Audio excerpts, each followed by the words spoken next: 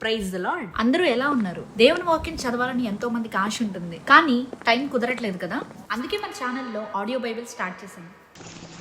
చాలా మంది చదువు లేని వాళ్ళు ఉంటారు, చదువు వచ్చి టైం లేని వాళ్ళు కూడా ఉంటారు. ఇలా ఉన్న ప్రతి ఒక్కరికి వాక్యం అందాలన్నదే మా చిన్న ప్రయత్నం.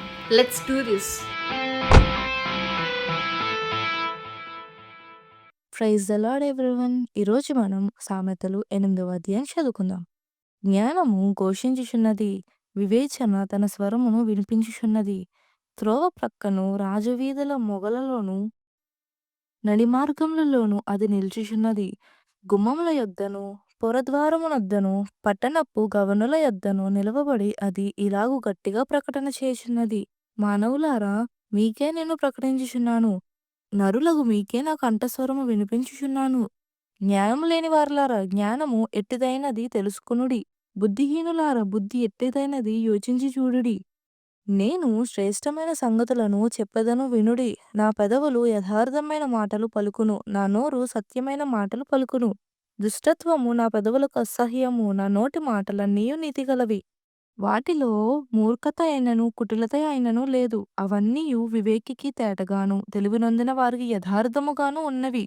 వెండికి ఆశపడక నా ఉపదేశము అంగీకరించుడి. మేలిమి బంగారు నాశింపక తెలివినొందుడి. జ్ఞానము ముత్యము కన్నా శ్రేష్టమైనది. విలువగల సొత్తులేవియు దానితో సాటికావు. జ్ఞానమను నేను చాతుర్యమును నాకు నివాసముగా చేసుకొని ఉన్నాను. సదుపాయములు తెలుసుకుంటా నా చేతనగును. యెహోవాయందు భయభక్తులు కలిగి ఉండుట చెడుతనమును అసహ్యించుకొనుటయే. గర్వము, అహంకారము, దుర్మార్గత, కుటిలమైన మాటలు నాకు అసహ్యములు. ఆలోచన చెప్పుటయు లెస్సైన జ్ఞానమునిచ్చుటయు నా వశము. జ్ఞానాధారం నేనే, పరాక్రమము నాదే. నా వలన రాజులు ఏలుదురు, అధికారులు న్యాయమును బట్టి పాలన చేయుదురు. నా వలన అధిపతులను లోకములోని ఘనులైన న్యాయాధిపతులందరూ ప్రభుత్వము చేయుదురు. నన్ను ప్రేమించు వారిని నేను ప్రేమించుచున్నాను. నన్ను జాగ్రత్తగా వెతుకువారు నన్ను కనుగొందురు. ఐశ్వర్య ఘనతలను స్థిరమైన కలిమియు నీతియు నా యొద్దనున్నవి. మేలిమి బంగారు కంటెను అపరంజి కంటెను నా వలన కలుగు ఫలము మంచిది. ప్రశస్తమైన వెండి కంటే నా వలన కలుగు వచ్చుబడి దొడ్డది. నీతి మార్గమునందును న్యాయ మార్గములందును నేను నడుచుచున్నాను. నన్ను ప్రేమించు వారిని ఆస్తికర్తలుగా చేయుదును, వారి నిధులను నింపుదును. పూర్వకాలమందు తన సృష్టి ఆరంభమున తన కార్యములలో ప్రథమమైన దానిగా యెహోవా నన్ను కలుగజేసెను. అనాది కాలము మొదలుకొని మొదటి నుండి భూమి ఉత్పత్తైన కాలమునకు పూర్వము నేను నియమింపబడితిని. ప్రవాహ జలములు లేనప్పుడు, నీళ్లతో నిండిన ఊటలు లేనప్పుడు నేను పుట్టితిని. పర్వతములు స్థాపింపబడక మునుపు, కొండలు పుట్టక మునుపు, భూమిని దాని మైదానములను ఆయన చేయక మునుపు, నేల మట్టిని రవంతయు సృష్టింపక మునుపు నేను పుట్టితిని.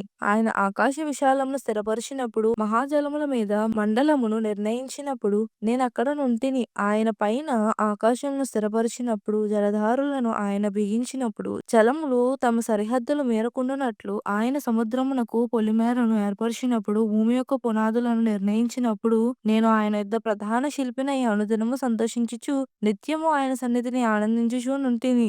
ఆయన కలుగజేసిన పరలోకమును బట్టి సంతోషించుచు నరులను చూచి ఆనందించుచు నుంటిని. కావున పిల్లలారా, నా మాట ఆలకించుడి. నా మార్గములను అనుసరించువారు ధన్యులు.